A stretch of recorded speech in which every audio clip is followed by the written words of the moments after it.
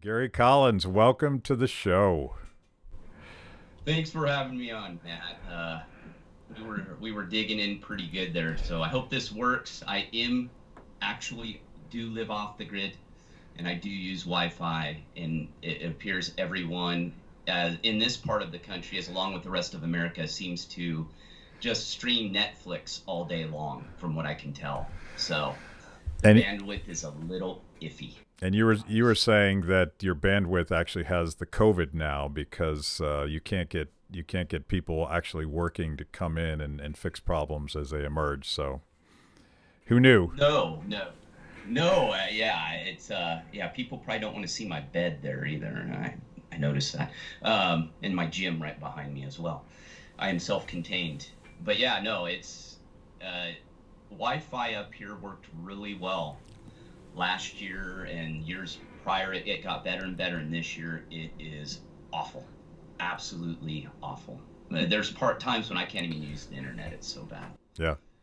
Well, I feel like, and we'll probably get into COVID because lockdowns are one of the reasons that we didn't get together at Freedom Fest in July No. because the Nevada governor at the very last minute decided to shut down Freedom Fest as as governors are arbitrarily doing all over the country right now. I wonder if they imagine that people that spend 2 years planning a conference might not actually come back next year because of these arbitrary decisions. But that's a conversation for another day. But we had a plan that was completely disrupted. We were going to get together live and in person to have this conversation, which you actually advise in your book that face-to-face Yeah. conversations are so much more meaningful than spewing hate on Twitter, and maybe we'll get into that. But um, I feel like another principle in your book is adapt, and we are adapting, and we're going to do this remotely, and we're gonna hope that your Wi-Fi sustains itself through this process. But when I was on your podcast, uh, I feel like we started the conversation with a mutual passion that we have, and fans of my show and Free the People's content know that I'm a big Rush fan.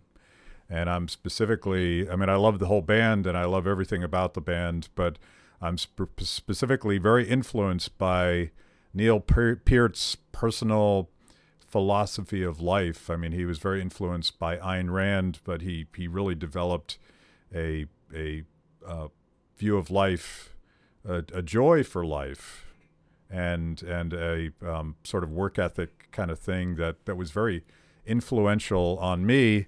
And I noticed that you dedicate your latest book. This is not new. When did this book come out? It is my newest. It just came out a month ago, but unfortunately, due to some COVID issues and distribution issues, it didn't quite hit on Amazon when it was supposed to. Yeah. But it is now officially there. It's always been on my website. Um, but yeah, it probably came out, where are we at? A little over a month ago, maybe a month and a half on my website. So it is new, Okay. newer. And I was writing it when Neil passed.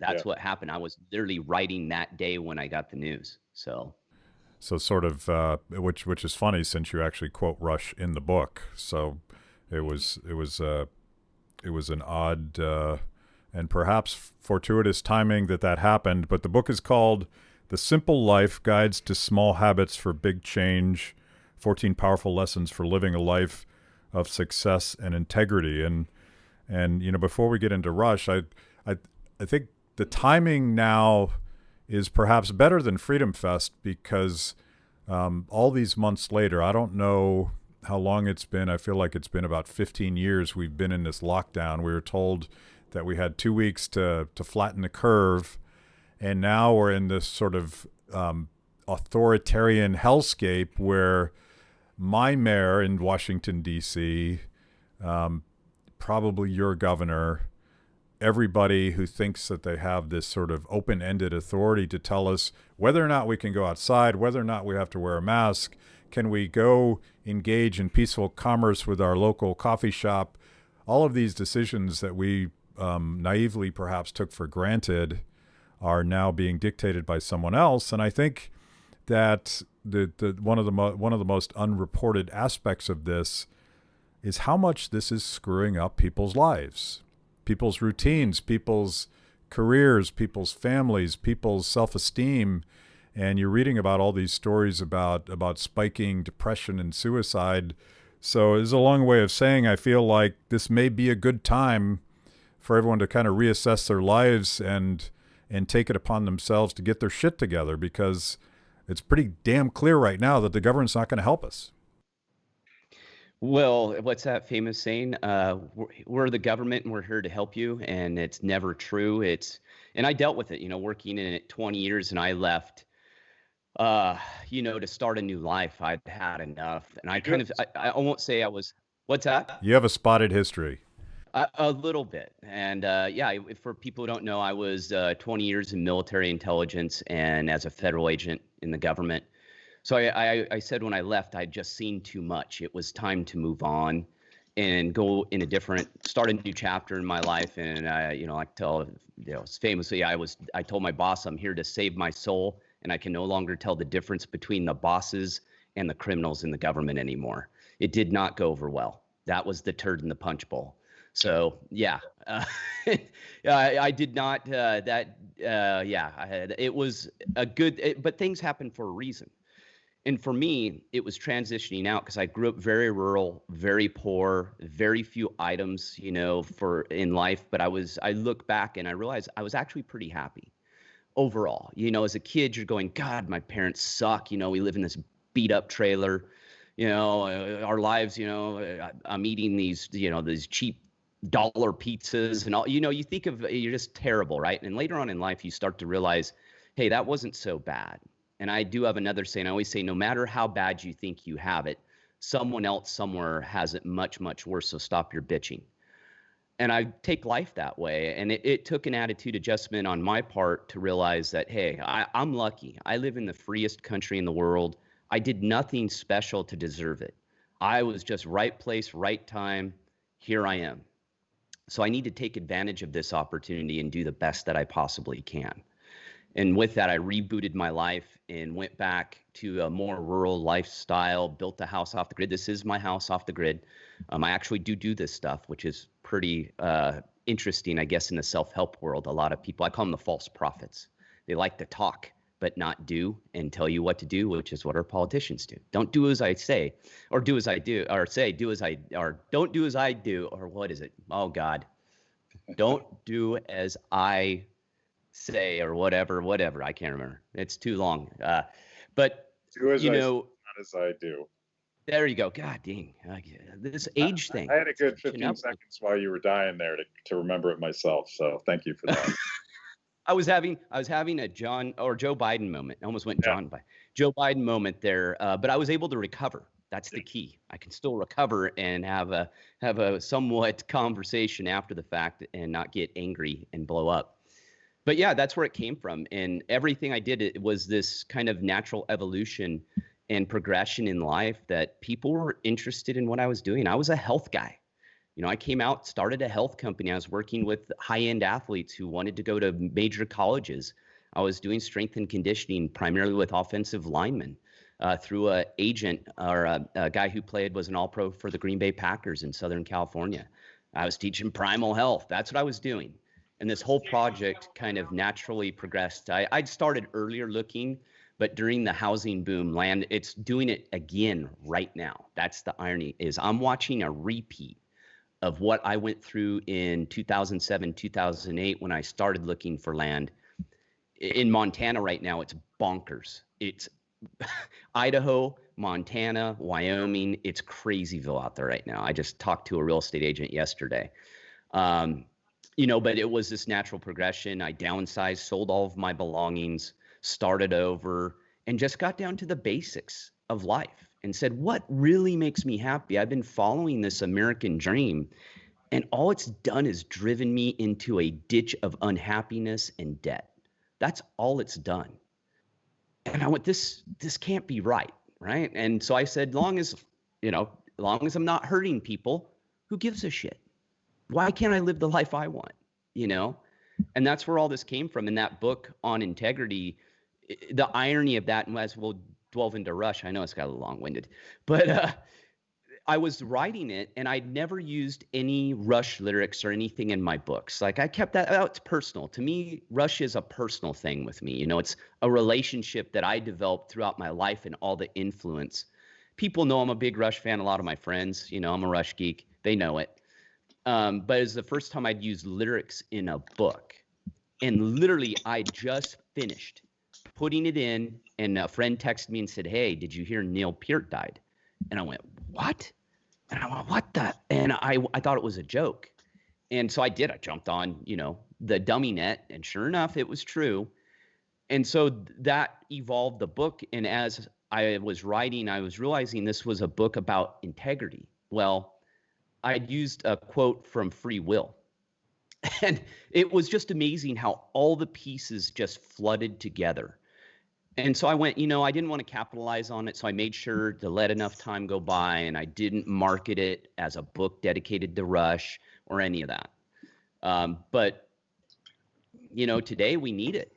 And everything I do is about helping people first. It is a business. I do need to make money. I do need to eat. My dogs need dog food. But the whole purpose of what I do now is about helping people and a journey to find your place in life based on my experiences. I'm no guru. I don't pretend to be. I'm just Gary, a dumb redneck from the middle of nowhere. If I can make it, anyone can make it, is my attitude. You quote the Rush song "Free Will," which is sort of an anthem for telling people to get their shit together. Is the way that I read it when I was a kid. I think that album probably came out when I was 14, 15 years old. And there's this line, and I quote it to myself all the time: "If you choose not to decide, you still have made a choice." And Absolutely. and to me, it's everything about living a life of integrity, because you talk about this throughout the book, the questions that we deal with, the circumstances that we inherit. You can come up with an excuse, or you can take that individual responsibility to get your own life together and move forward. And it's not easy. It's not going to be fun. But I look at the politics of blame today, and the politics of shifting responsibility onto somebody else. And I don't want to make this a political program at all, but a lot of our new progressive prophets are talking about dignity. And I'm sure you've seen this too. And they seem to suggest that we can sort of outsource that responsibility to find dignity to a politician or a piece of legislation or some sort of program that gives us financial support, healthcare. It goes on infinitely, because there's all of these promises that someone else is going to make us better and more whole, and it's such a horrific lie, and I worry about young people that buy into that sort of thing. Well, and it's almost a form of brainwashing in a way, and a lot of techniques that they use. You'll like this, man. I'm actually going to bring someone on my podcast, a good friend of mine, a PhD psychologist, and we're going to talk about the sociopathic and psychopathic mind of criminals and politicians and how they interrelate. But you repeat I was there. Yeah, it's going to be a good one. But I was there. I tell people I stood right next to these knuckleheads. And first of all, if you think they're smarter than you, you're wrong. People confuse intelligence for a lack of moral code. You can sound really, really smart when you're playing a game the whole time and your whole game's manipulation. You can sound very bright. You get them out of that, and these are some of the dumbest, most broken people on the face of the planet. Not all of them. There's some good ones, like Thomas Massey and Justin and oh gosh, there's a couple out there, and I there's people that are trying to make a difference. Crenshaw out of Texas, yes. But the problem is it's that tribal and that coalescing, yes, that they get sucked into the beast, the swamp. I just interviewed the guys who did the swamp. That will be another good one. That on HBO, it's a great documentary, and it's Matt Gaetz, Thomas Massey, and John Buck, all congressmen, and fascinating, right? But for people today, I always say, if you're waiting for someone to fix your problems, you're going to fail. And what we've taught is victimhood is okay. And we're seeing that right now. I think we're seeing that. I don't pick a party. I'm like you. I don't pick a party. I consider myself a bleeding heart libertarian. I always have. I always tell people my first vote as a young man was for Ross Perot. So you know where I stand. And I've always, since then, I've voted pinching my nose. So with that, we just have to look past politicians and big businesses, the big businesses virtue signaling us, right? Telling us that we, kneeling during the national anthem and believing that people are victims, and there's this massive systemic racism in this country, which, don't get me wrong, we have problems. I'm not denying that. But I don't need Nike, who employs small children in sweatshop factories in China and all through Asia, to be telling me how I need to conduct my life. You know what I mean? How about you just shut up and make shoes and do it ethically? How about that? I don't need you telling me how I'm supposed to act and how I'm supposed to think. And I think that's part of the problem today as well, is letting these outside influences come in. And that's what I mean. I call them false prophets. They're people who literally should shut their mouth. And they're the people telling you to do things that they've never done, they will never do, and they lack the fortitude to even do it. They don't even have the gumption to start to do it. But they're going to tell you how to do it. Yeah. They're going to tell you need to do it. That's the problem today. What's funny about that is that we both would consider Neil Peart to be a bit of a guru, a source of guidance for us as we were growing up. We have very similar stories about getting into Russia at a very young age. And he, of course, got a lot of his early ideas from Ayn Rand, and I considered Howard Rourke, who was a fictional character, who turns out to essentially be a version of Neil Peart. Neil Peart is a drummer that's very focused on the integrity of his art in the same way that Ayn Rand's character Howard Rourke was. But Neil would be deeply upset to learn that he was somehow our self-help guru, because he didn't want to presume that he knew anything about how the rest of us should live our lives. And that's probably why those lessons are actually useful to us, because he's laying out principles basically by living his life, by achieving the things that he wants to achieve in his life. And we talked about this on your podcast, but I'm sort of, since he just passed away, I'm sort of fixated on that last documentary they did about their final tour, Time Stands Still. And part of the story is how Neil Peart, who was up there at the time, I think he was 64, 65, something like that, and he's a very muscular drummer. He's very perfectionist musician. He can't imagine a world where he can't perform at 100% the same way that he did when he was 25. And he really struggled to get through that tour. He was, by the end of it, his hands and his feet are bleeding. He's in a tremendous amount of pain.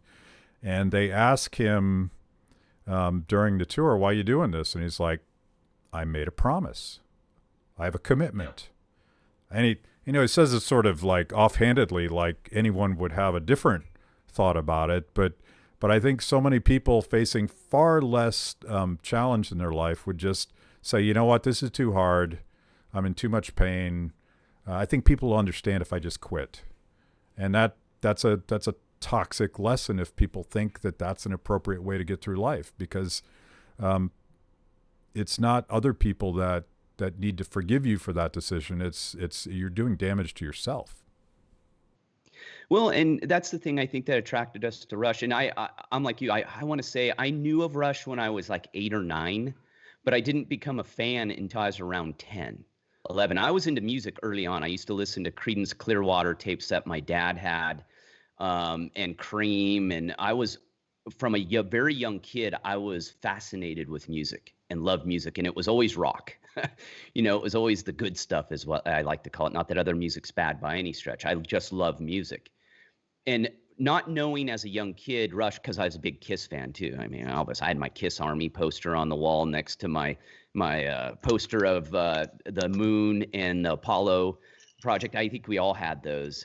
And Rush to me, once I got became older and started to understand the lyrics a little better, because you could back then. You could literally read the lyrics right in front of you. They came in the tape or the album, and it was an event.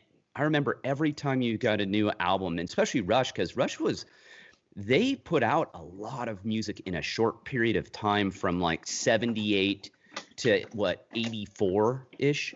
And it was good. It wasn't just music they were putting out. It was a roll of music and albums they put out that I don't think any band has ever come close to and ever will, period. Because it was so good in such a short period of time. And not only that, very different.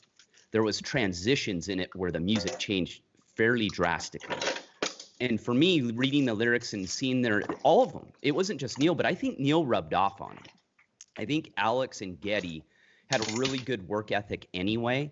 But when Neil came in, they were like, we better step this up a notch. This dude's crazy. This dude's good. And I think with him and his appetite for learning and reading, it just rubbed off on all of them. And it's amazing that three guys could come together like that, just by luck in a way, and put together this band that, even if you're not in their music, I think you bring up a good point. The music they put out in such a short period of time, not only that, but they were probably some of the best musicians on the planet in their mid-20s. Yeah. They put out music that guys in their 40s and 50s who had been musicians their entire life could not play. That's ridiculous. Yeah. So yeah, the amount of work and time and effort they put in. And not only that, they're just good dudes. They're just nice guys. And they don't take themselves too seriously. And the thing I liked, I don't know about you, I never went out of my way. I only went to the shows. I went to a lot of them. I got to go to 2 shows on the last tour, thankfully. I'd been going to them for decades. I'd never missed a tour, except for when I was too young to go.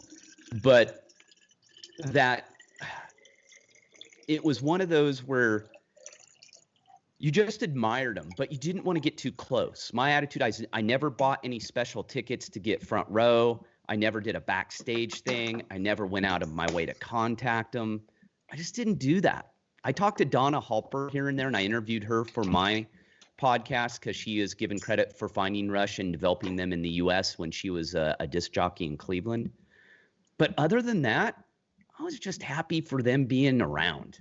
And I think that's what they taught me, is don't put people in an idle kind of space, because you may be disappointed. Yeah. More than likely you will be. And that the attitude, hey, I'm just a normal guy trying to do my best and be a good human being. That's all I'm trying to do. And I think Neil was very uncomfortable with people treating him differently. Very uncomfortable. Yeah, and he wrote about that in Limelight, where he was sort of horrified that he had become this influence on people's lives, maybe more than he was comfortable with. I'm thinking back to something you said early. You were sort of emptying some of the skeletons out of your closet, having worked for government intelligence, and you also worked for the FDA, as I recall, right? At the very end, I call that the frying pan to the fire. Yeah. Yes. And I'm thinking about this in the context of one of the things that Neil taught me as a kid, and I just made a video about this, but one of the things he taught me was how to say no. And there's this famous story in Rush's career, their tour for Caress of Steel, their third album, was a disaster. And nobody liked the album, and particularly the record company didn't like the album, so they didn't promote it. And word came down from the bosses that the next album has to be more like that first album that got FM radio play. We need things that we can sell. We need something that's easy for people to assess and understand. And instead, they made the opus that turned me on to Ayn Rand, called 2112. And they did it knowing full well that it was probably going to end their career. So they were willing to walk away from what, for particularly at the time, but always, like, to have a successful music career is an amazingly rare thing to do. But they were willing to walk away from it because they weren't willing to compromise their artistic integrity just to have a job. And you did that when you worked for the government. When I was a younger man, and I think very much influenced by Rand and Peart, I stepped away from some what other people would view as very prestigious Washington jobs. I won't empty my closet as much as I'm asking you to empty yours, but No, Matt, come on. well, I worked for the government too.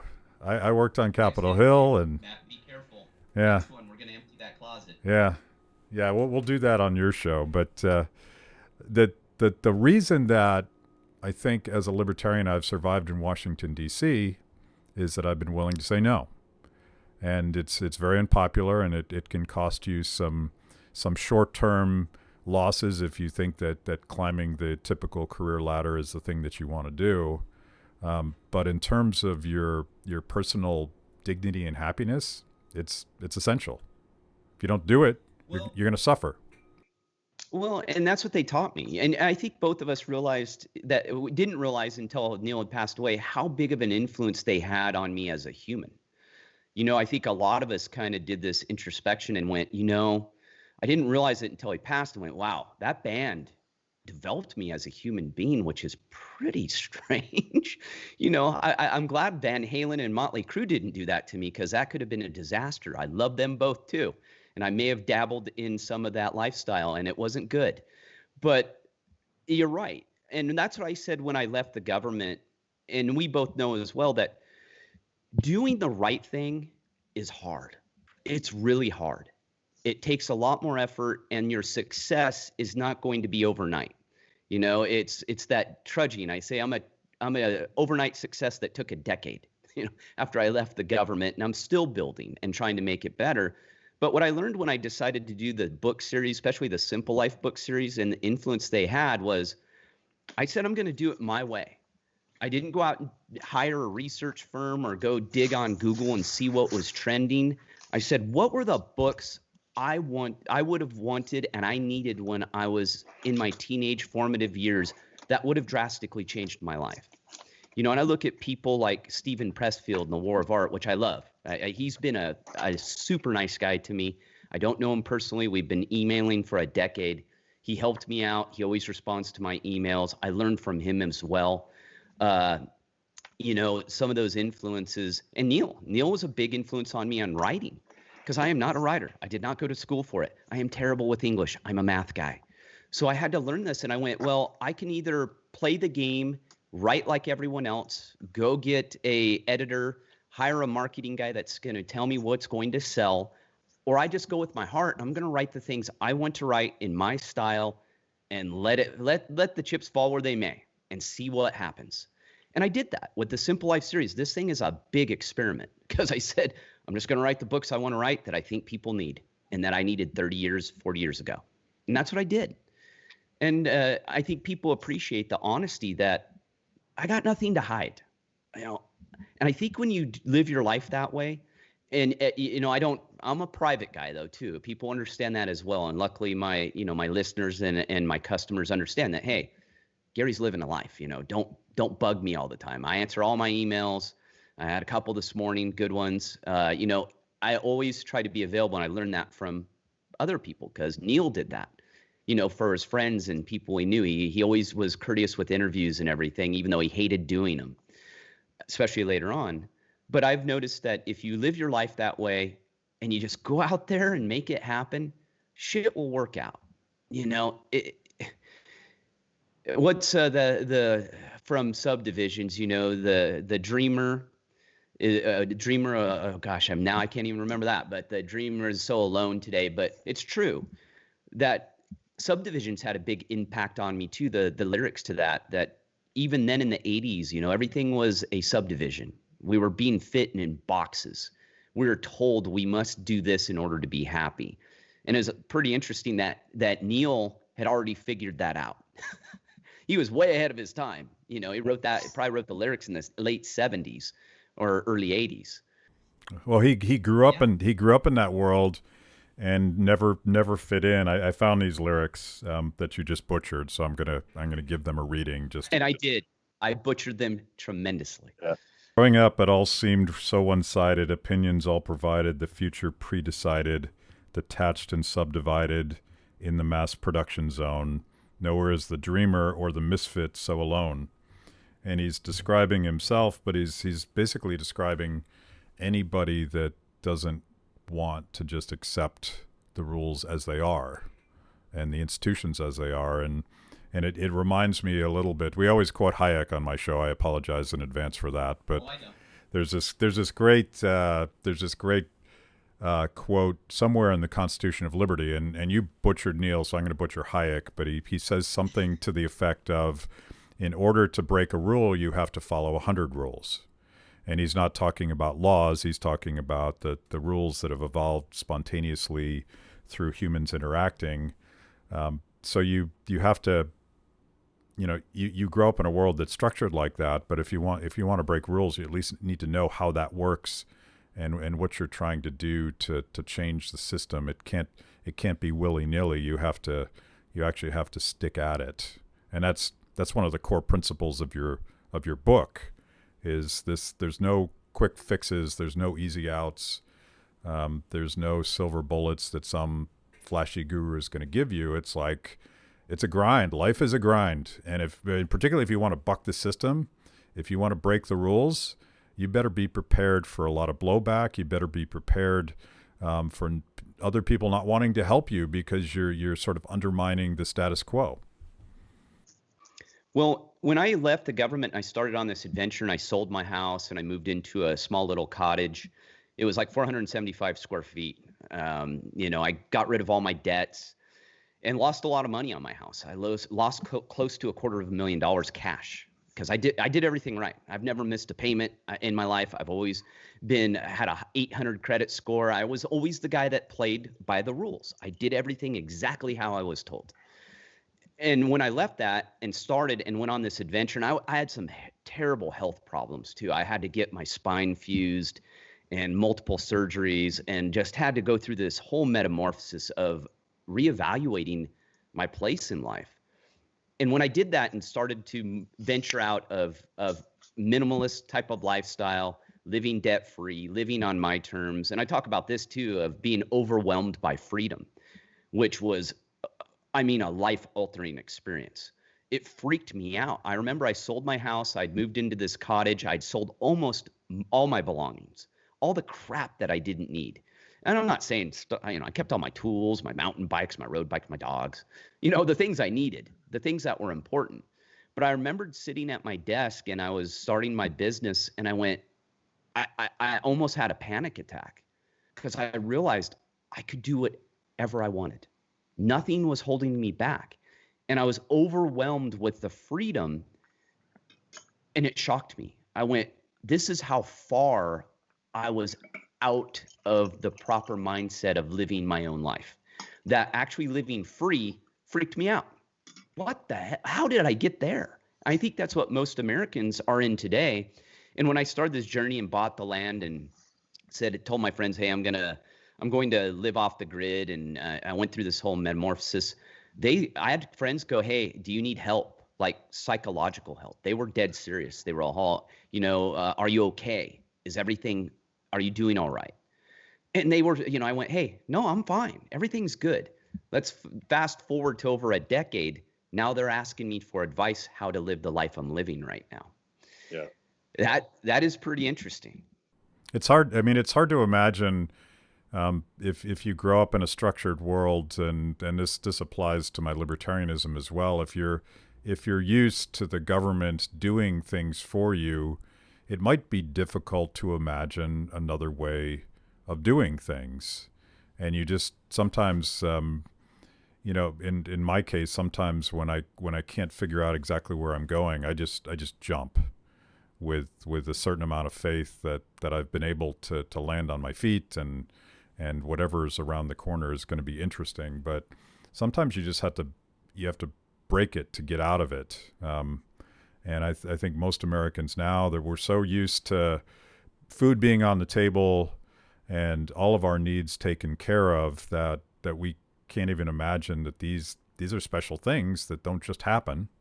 They happen because a lot of people bust their asses and make it happen. And I worry about that. Like, we don't appreciate that poverty is the natural state of the world. It's not the opposite. Well, poverty is relative. It just and subjective. It depends what your idea of that. And I talk about this a lot, that in America, our poorest are considered some of the richest people in the world. Yeah. And we have to get over this attitude. And I talk about this a lot too. We don't have an earning problem in this country. And don't get me wrong, everyone should aspire to make more money and have more freedom. Money equals freedom, but greed is bad. There's a fine line between that kind of going into, I don't know why you need to have 150, $200 billion. I don't understand that to me. I can't register that in my brain. And you know, how we grew up in tribes, and that would not have been acceptable behavior of hoarding in a tribe. It was a community. Everything was shared. Well, today it's not that way, but understanding that, hey, you have the resources to live the life you want. You just need to reallocate the things you're doing. Change the things you can change, ignore the rest. Focus on the things that matter. What matters? Does the fact that your friend on Facebook didn't invite you to their barbecue last week and you lost your shit and it ruined and blew up your whole weekend, is that important? No, that doesn't mean anything. Focus on the things that you can change. If you're in debt, what can you do to get out of debt? The three, and I talk about it a little bit in that book, but I brought it up later as I was developing the theory and what the simple life is all about. I do in live events. I call it the three-legged stool of the simple life. Super basic, but it is highly impactful. The first leg is optimal health. Everything starts with your health. And we're seeing an epidemic in this country, and I'm not talking COVID. I'm talking obesity and poor health in this country. We are the most unhealthiest country in the world by far. We spend the most money on healthcare by far. It is not working. There is no money in healthy people. I worked inside it. Trust me, I know this. I mean, think of it this way. The main goal of the pharmaceutical and the medical industry, I like to call it the U.S. medical industrial complex today, is not to the fiduciary responsibility to the stockholder, and it's a legally binding fact. They cannot put the patient first. The stockholder comes first. What the hell does that mean in the health world? That makes absolutely no sense. The patient care should come first, period. It doesn't. It's money. So that's a problem. So you need to take control of your health. I'm a health guy. I preach that. The second leg is financial freedom by being debt-free. If you're debt-free, and I know this firsthand, I actually do it. I have been for over a decade. I do leverage money here and there. Your life will drastically change. You can survive. I can survive off minimum wage. No problem. And the effect that has upon your health and your well-being is amazing. I sleep like a baby every night because I don't have to worry about where my next meal is coming from. I don't have to worry about paying my bills. I own my house. I don't have payments. I own my car. I own my RV. I own my properties. I don't have loan payments. Loan payments are front loaded. I talked about that in the Simple Life Guide to Financial Freedom, how our loan and financial system works to keep you in debt the rest of your life. Then the third and final one is life purpose. If you don't have purpose, your time on this planet is going to be pretty miserable. And I feel today that a lot of Americans are just floundering around without purpose. I have found my purpose. I did not force it. It found me. That's the thing about purpose. If you put helping people and being a better person and spending your time on this planet, doing the best you can, your purpose will find you. It will. And a lot of that, because people always go, well, I can't eat purpose. I go, I get that. You can't pay your bills and eat purpose. But I have taught so many people how to turn their purpose, their life purpose, into an income stream. It's not that hard. It's just most people don't want to do the work. They want someone to tell them what to do, where to show up, and pay them for it. That's where we're at. Well, that's not going to work. You're not going to be fulfilled. But me and you have talked about it, Matt, with the three-legged stool. It directly relates to freedom. Yeah.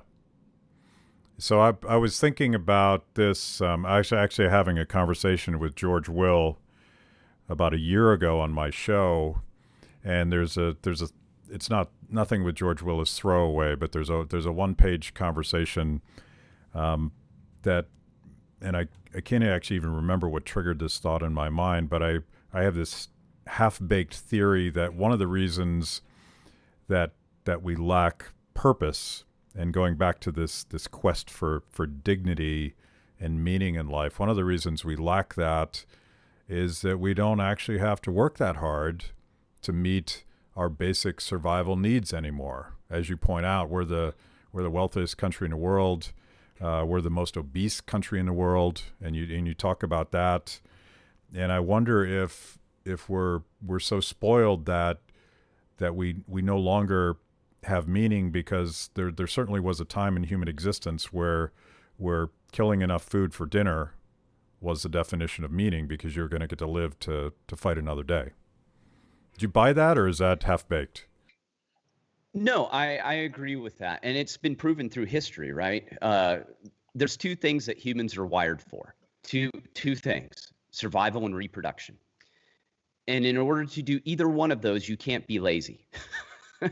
You can't reproduce if you can't survive, and you can't survive if you're not reproducing. So with that, I teach this a lot too, is that action is the pudding of life. Why wouldn't you want to eat pudding? Talking about things is great. I'm an action guy. I'm a get my hands dirty guy. Matter of fact, my hands are sore and swollen, and I've got blisters. I put in my wind turbine over the last month. I poured used 60 bags of concrete. I hand mixed all of it in a wheelbarrow because I'm a knucklehead. But I like to teach, and I never looked up one YouTube video how to do it because I want to learn. I want to figure it out. I want to make my own mistakes. And I'm not saying don't just make mistakes to make mistakes. But also I have enough knowledge how to do it. I wanted just to figure out a different way to do it. I want to test myself. But I think that's right. Maslow's hierarchy of needs. We have fulfilled those. And the problem is with that, what's the next step? Well, we're not taking a next step anymore. We're fat, stupid, and lazy now. And that's a problem. And that's been the end of every modern civilization in history. History repeats itself. We know this, and we're at a point where I tell people that just because technology and we have all these things that make our life easier doesn't mean you don't need to put in the work. And just like my puppy's putting in the work right now to bug me. But with that, I always say you have to keep challenging yourself. Keep challenging. Keep doing things that are going to test you. And obviously we're wired for a couple other things, and that's curiosity and learning.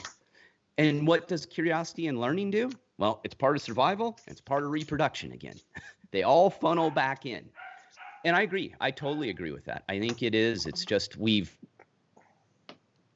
path of understanding the human condition. And the human condition is a lot of suffering. And suffering is where a lot of learning and lessons come from. You learn far less from success than you do by failure. It's just a fact. Yeah.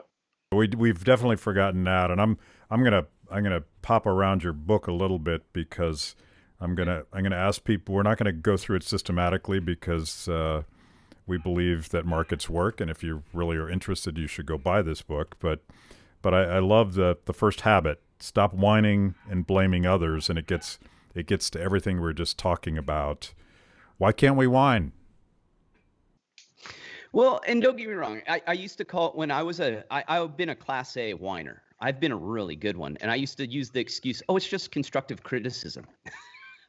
I renamed it. I renamed whining to placate myself, which is never good. You never want to do that. and I catch myself whining, and because what whining does is it's wasted energy, right? It gets to the point where all you do is whine. All you do is look around for the problem when you should be looking in the mirror because it's staring you straight back in the face. And again, we're lucky. We're in the best place, the freest country in the world. Everyone should be prospering in this country. Like I said, there's a whole lot of problems. We've got issues. Our criminal justice system is broken. I know that firsthand. Our government, federal government's broken. A lot of our local governments are broken. But here's where it all starts. I always tell people this. Stop bitching about all the things that are around you that are wrong until you fix yourself. I consider that the ground zero of what I teach. Fix yourself before you start complaining and telling other people and other things they need to fix themselves. You need to start with you. That's where it starts. Because if all of us do this, we can solve these problems, right? But when you're just pointing fingers all the time and telling everyone else they're screwed up, when you're 250 pounds, you're miserable, you're on multiple, psychotropic medications, and you're just, bumbling through life, that doesn't work. You got to fix yourself first. You need to get your shit in order. And I'm more of a I come across a little abrasive. I know this. I'm a more sharp-edged guy. But I've learned it by doing, I was that guy that I've done it too. I've said, oh, my life sucks. How did it get this way? Everyone's against me. The man's putting me down. No, I mean, don't get me wrong. Life is unfair, but it all boiled down to me and my choices. Free will. I'm in charge of my destiny. I have free will. There's a lot of places in this world where people do not have free will. We're lucky. So give me, I'm sure you've written about this, and I think I have a general idea of what your answer is going to be, but give me your general view on why America is so obese and why things like type 2 diabetes are skyrocketing. What's your general philosophy on nutrition? Oh boy, that's an open-ended one right there. The biggest one though, and that's why I always I'll abbreviate it. Even though I'm terrible at that, I can go on tangents. Again, the statement I always say, there's no money in healthy people. Our medical system and our health system and our food industry today, as you talk to Thomas Massey and Joe Sullivan about it, it's based upon money. It's based upon greed. I mean, when you come to an economy, a strong economy is based on small businesses and local economies. That's where it works. Because that money stays within the communities. When you have Walmarts and big stores and big institutions, that money flows from you in that community out into headquarters. When you're a local business, a local farmer, it all flows and stays within the community. It boosts your community. It makes your community richer, more vibrant, economically more stable. And I know you're an economist. But for that, you have to look at it as the basics. Our problem is we have let the system take over, and that's why I teach the three-legged stool of those are the three things we have allowed the government to take away from us that we can willingly take back. And those are the three things that I think are eroding most of our freedoms, individual freedom today. With health, it comes down to this. It's no one else's fault. Hey, people have health conditions, but I'll tell you right now, I've been doing this for a long time. If there's one place people are going to lie to me in anything I do in my business, it's health. They always lie to me. Oh, I don't eat like that. Yes, they do. And it's usually worse. Oh, I'm not like most Americans. Yes, you are. And for most people, it's just realizing that you need to rethink health. And I always say, they go, it's so complicated. There's so many, gizmos and exercises and this and that. And I need to take this pill and this protein powder. I go, put yourself out back in nature. What would you have access to? What would you survive off of? That's it. And they go, it can't be that simple. I go, you do realize humans are animals. We are actually from stardust. That's where all of us came from. All these elements. and came and bombarded our planet. We're some little rock floating around in some infinite simulation universe. We don't even know. But we do know that the human and all organisms came from the elements of the dirt and the planet. What do you think? Why do you think Cheetos are going to kill you? Pretty basic. You know, I can't make it any more basic than I have a health book. I talk about health a lot. But I would say just taking responsibility for your health is the biggest part of it. Yeah. So I understand that it boils down to your choices. So I spent I got to spend a weekend actually this past weekend with Joel Salatin at his farm in Western Virginia, Polyface Farm. Such a cool place. He's like a farmer philosopher more than anything else. But when he was on my show, he said something that he corrected me on something that was profound, the way that he was thinking about it. And it goes back to something you were just talking about, because when I first critiqued the potential lockdowns under COVID, I was thinking about the incredibly complex distribution and production of food that makes sure that people are fed. And he's like, it's not complex, it's simple.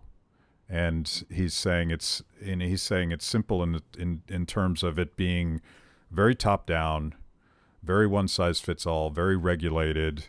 And that's why they were calling particularly when it came to the processing of meat, very fragile, very brittle. And that was interesting to me, because it strikes me that these same forces, you talked about the health industrial complex. I mean, there's a food industrial complex too, and it's corrupting of the market process, which should always be bottom up and infinitely complex, and more about that face-to-face community-based relationship thing that you talk about in habit number 2. Do you see that nice segue there? Habit number 2, don't be an asshole.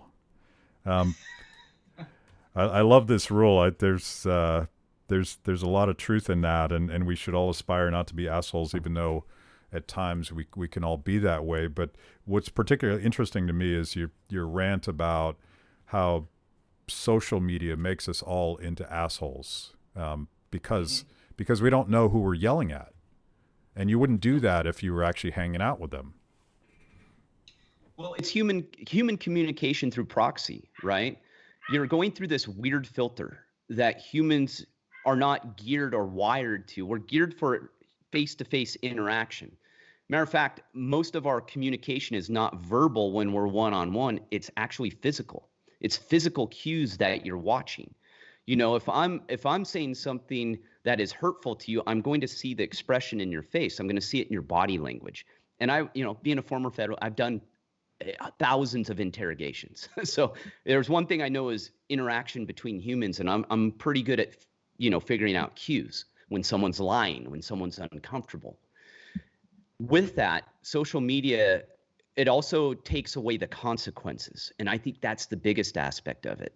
When we were growing up, I had an episode about this where I talked to a former cop about use of force. We're good friends. Only episode I think I've heard where it's done right. That we talked about from that perspective of, though, too, that your words have consequences. So if you're acting like a jackass in person and you're insulting someone and you're telling them they're stupid, they're wrong, there's a good chance you're going to get punched in the face at some point. There's going to be a negative reaction, right? Well, we've removed that. So that allows you to talk, uninhibited and say things that you would never say in person. So I think social media has just caused a lot of turmoil. And not only that, but we also know the Chinese and Russians have infiltrated social media to cause all kinds of havoc. We know that algorithms are based upon creating drama, because drama creates more interaction, negative interaction. I have a lot of problems with the owners of these social media companies. And hey, I'm on them. I'm on Twitter. I use it as a tool, though. I'm shocked I haven't been banned or booted off yet. Just give it enough time. It will happen. Yeah, it's coming. It's coming. But I tell people also, that's why I derived my business by word of mouth and doing interviews. I've been doing podcast interviews for almost a decade.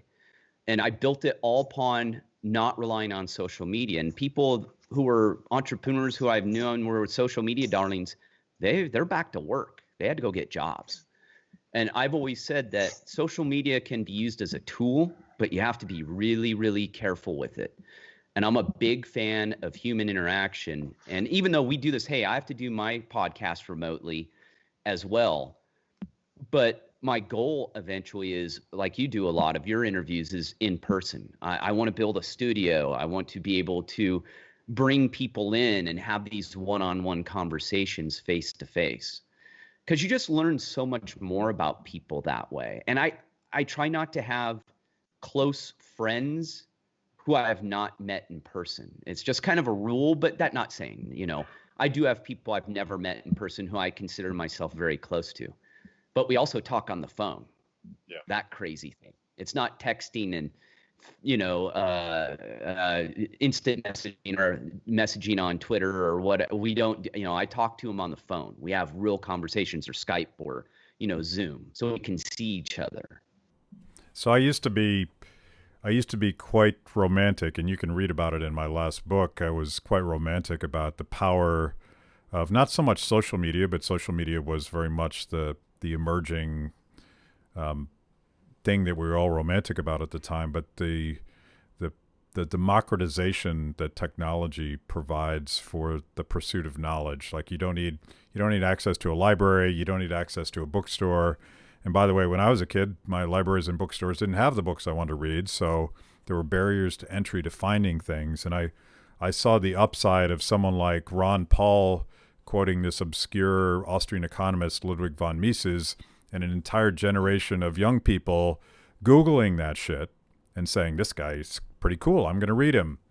And so there was that side of it, and I still think that side is there, but I didn't anticipate the manipulation and the tribalism that is very much the cesspool of modern social media. So I take your critique at heart, because I think it's a real problem. I think it's creating a lot of anger and a lot of hate, and anger and hate leads to some really bad stuff in society. It does, and I use Twitter a little differently. And I had a friend, a common friend we have, Michael Osterlink. He conned me into getting back on Twitter because I hadn't used social media. I stopped using Facebook years ago. I never used it personally very much, period. I hated it. I tell people that what got me into Facebook, which wasn't my personal account, is that's how I found suspects and criminals. I used to use MySpace and Facebook because they all had accounts. I could find them. If I couldn't find them through databases. By the way, half of my staff is deleting their accounts as you say that, because they didn't realize that was a thing. Yeah, there was many things we did. I recommend people read Edward Snowden's book, because I laugh. I was the end user of what Edward Snowden created. I was a spook. I was a cryptologist and intelligence officer, so I used a lot of the technology he talks about. Trust me, on these platforms, your data is being mined 24/7. So I'll just say that. But yeah, it's one of those things. I never bought into it, but I think I'm wired a little differently. I didn't get it. I'm all, why do I need these random friends? And also, I grew up in a very small town, and to this day, I have friends, best friends, that we were babysat together. We grew up in this little town, hard times. We played sports together. I spent far more hours with these guys growing up and girls than I did with my family. It was just the way it was. We were latchkey kids. I was on my own a lot. I grew up in a town 25 miles away from my town of 1,800 people. The town I lived in was 50 people. One of them was 100. We had these two little towns. So my friends and all that became very close-knit over life, and spending days. I literally spent days spending nights over their house. I wouldn't see my family for 2 or 3 days. Until my mom picked me up in town, and it was just a different deal. So I think my relationships and friendships were just very different and very close-knit growing up, that I didn't get the gist of randomness, of just random people. And all of a sudden you're a friend with someone from New Jersey, even though I live in California, and I don't even know who you are. You just have a profile that could be totally bullshit. I don't know. It was just always strange to me to try and formulate how that works. I just didn't get it. I think you're right. It's how you use it, and I think you can use these things in a productive and responsible way. I mean, I have a big fan page, and I probably know 5% of those people if I'm lucky. But my personal page, I've tried to only become friends with people that I've met and people that I thought were good people. But I speak, at least when it's legal, when it becomes legal again to have fun, I speak all over the world, and I meet really cool people that are animated by the same ideas we're talking about right now.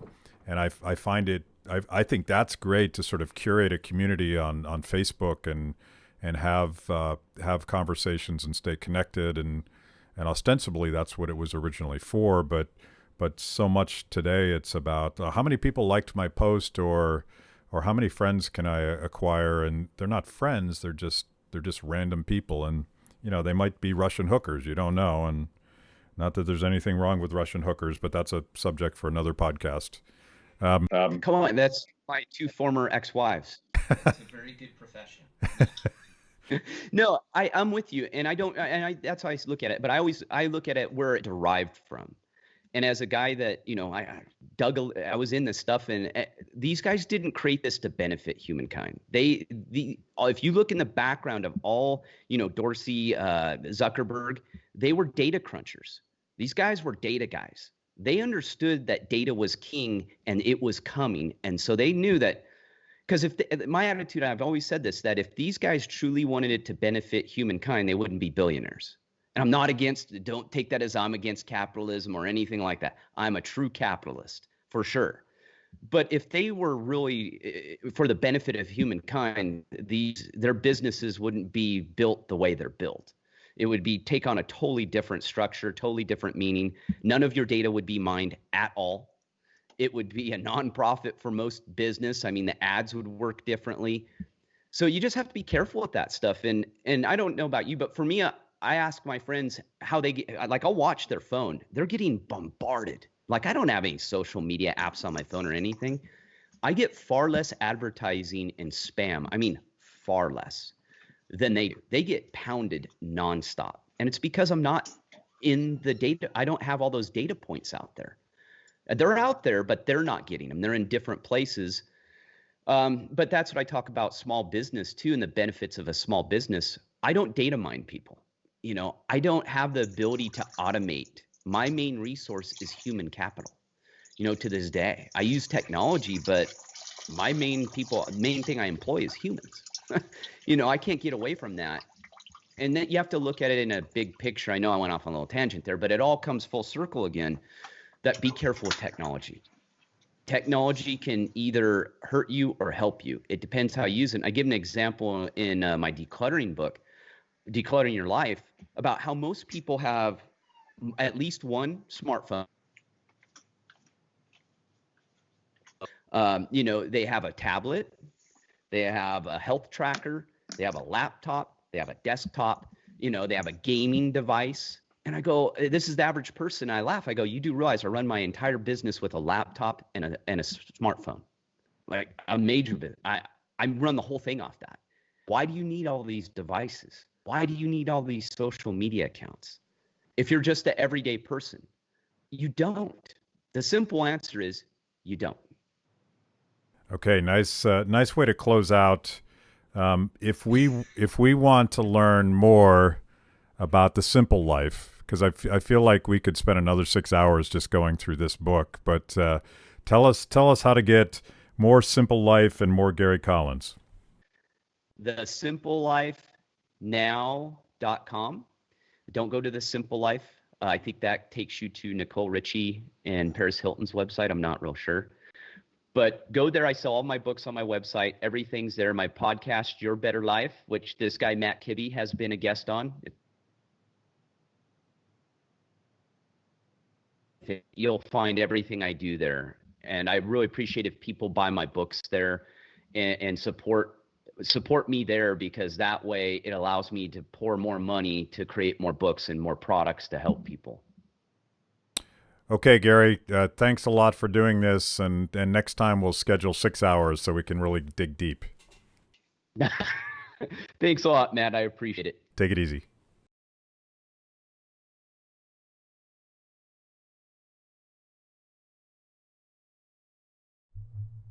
Thanks for watching Kibbe on Liberty. Make sure you subscribe. You don't want to miss a single episode. Click the bell so that you get notifications.